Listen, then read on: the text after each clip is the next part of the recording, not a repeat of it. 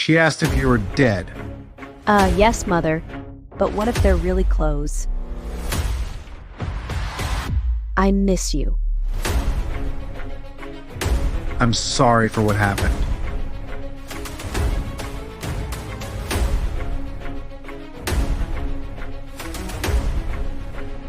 I'll make sure of it. Mom, you won't believe this? One warm night in the city, Michael, a wealthy man, heard a gentle knock at his gate. Curiosity piqued, he stepped outside, but to his surprise, found no one there. Just as he was about to close the gate, something caught his eye. He looked down and gasped. A basket lay on the ground. With his heart racing, he carefully opened it, revealing a tiny baby girl nestled inside a soft blanket. Alongside her was a note that shook him to the core. It revealed that he had a one-night stand with a woman who was too scared and poor to care for the child. She had searched for him, and in a moment of desperation, decided he should raise her daughter and give her a loving home. Tears welled up in Michael's eyes as he gently picked up the baby, feeling a whirlwind of emotions as he carried her inside his grand house. Fast forward 4 years, and that baby girl, whom he named Hope, was a lively little girl playing joyfully in the backyard. Michael often watched her, marveling at how much joy she brought into his life. One day, he brought home a beautiful woman named Emily. As soon as Hope saw Emily, her eyes lit up, and she smiled brightly. Daddy, can I play with her? Hope asked, her excitement bubbling over. Michael chuckled. Of course, sweetheart. I think you two will be best friends. And just like that, Emily and Hope became inseparable, spending their days playing games and reading books together. One Thanksgiving, Michael decided to propose to Emily. He wanted it to be a special moment, so he asked Hope to help him prepare. Can we keep it a secret, Hope? He whispered, grinning. Hope giggled, her eyes sparkling with mischief. Yes, Daddy, I can't wait. That evening, while they enjoyed a delicious dinner, Michael asked Hope to go upstairs and play. Okay, Daddy. She chirped as she skipped away. Downstairs, Michael got on one knee and proposed to Emily, who gasped in delight. Yes, yes. A million times yes. She exclaimed, tears of joy streaming down her face. 2 months later, they were married, with Hope proudly serving as the ring bearer, a big grin plastered on her face as she walked down the aisle. Their family went on vacations and adventures, filled with laughter and unforgettable moments. Then one day, Emily shared the exciting news that she was pregnant. Hope jumped up and down, clapping her hands. I'm going to be a big sister. She shouted, practically bouncing with joy. When the baby girl was born, Lily, they celebrated with family and friends at a joyful baby naming ceremony, laughter echoing through their home. Life felt perfect until tragedy struck. Later that year, Michael fell seriously ill. No matter how much they hoped, he passed away, leaving Emily and her 2 daughters heartbroken. When Michael's will was read, it revealed that Emily would keep their home and manage a trust fund for both daughters until they reached adulthood. At first, life was manageable. Emily had a stable job, but as time went on, things became tougher. When Hope turned 17 and was preparing for her SS3 exams, Emily sat her down. Hope, I need you to help at home. We can't afford everything right now. She said, her voice trembling slightly. Hope nodded, wanting to support her stepmother and sister. One day, while selling goods by the roadside to help with expenses, a car sped by and hit Hope. Luckily, the driver rushed out. Are you okay? Please, hang in there. He urged, panicking but relieved to see she was still breathing. The driver took her to the hospital and stayed with her until she woke up. Who are you? My name is Caleb. I brought you here. Why am I here? Caleb explained the accident to her. Oh, I'm sorry for what happened. Are you feeling better? a little. Has the hospital called my mom? They did, but I was shocked by her response. She asked if you were dead. What? Hope's heart sank at that revelation. Why aren't you in school? He asked gently. With a sigh, she explained. My father is gone, and I have to help support my family. Caleb took a moment, then handed her a card. Here, I can offer you a job, but take some time to think about it first.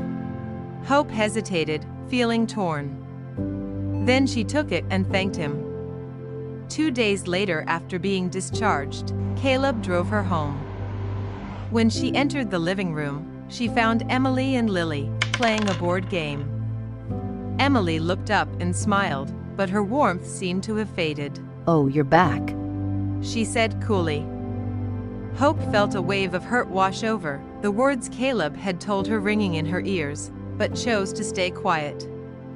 She went to her room, locked the door, and stared at Caleb's card. After much thought, she finally decided to call the number. A woman answered, confirming that Caleb had indeed mentioned her. We're looking for a new house help. Are you interested? Yes, ma'am. When can you start? I can start today. No.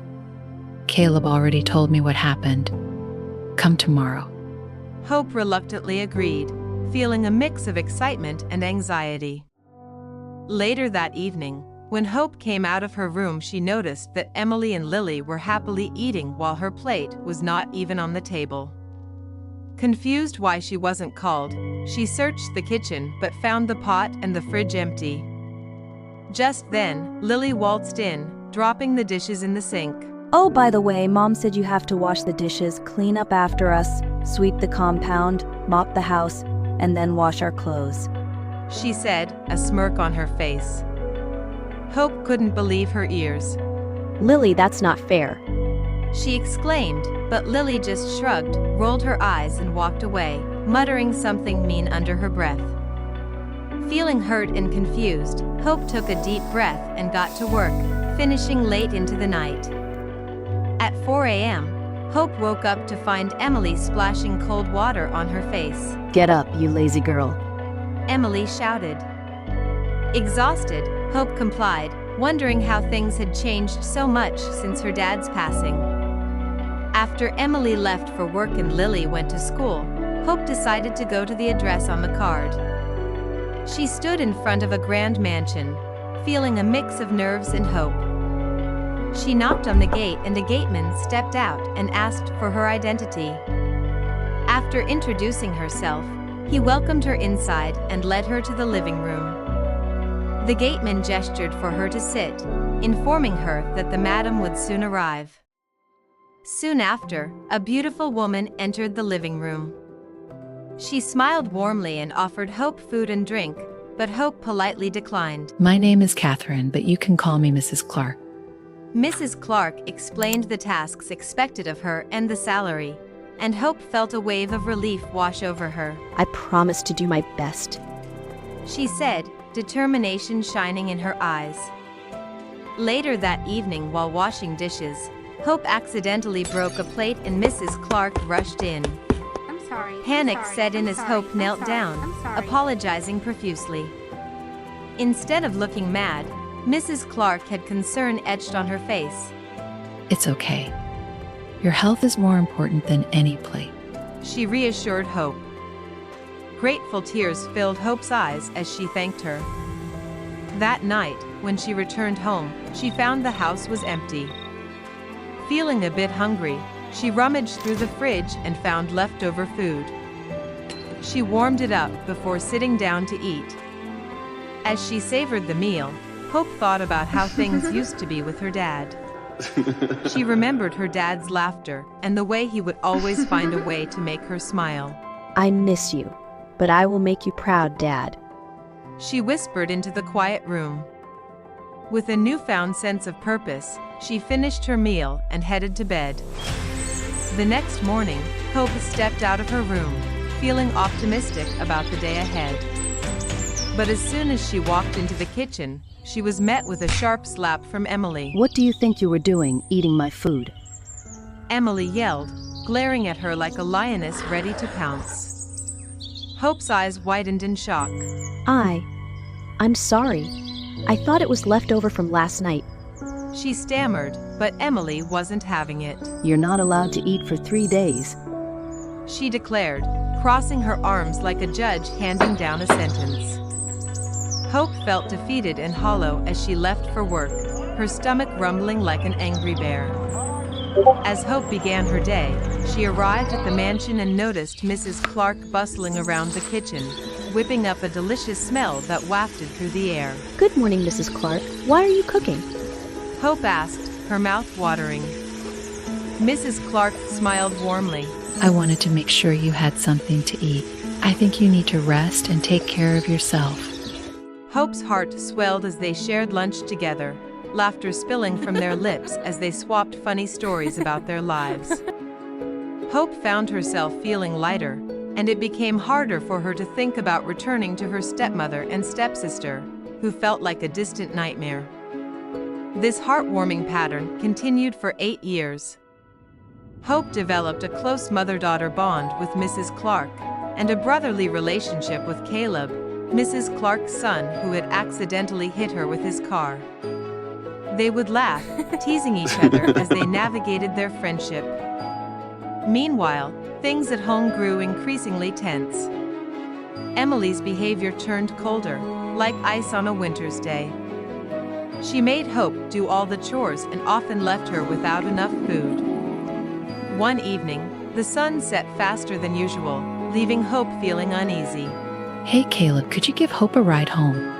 Mrs. Clark suggested, her eyes filled with kindness. Sure thing, Mom.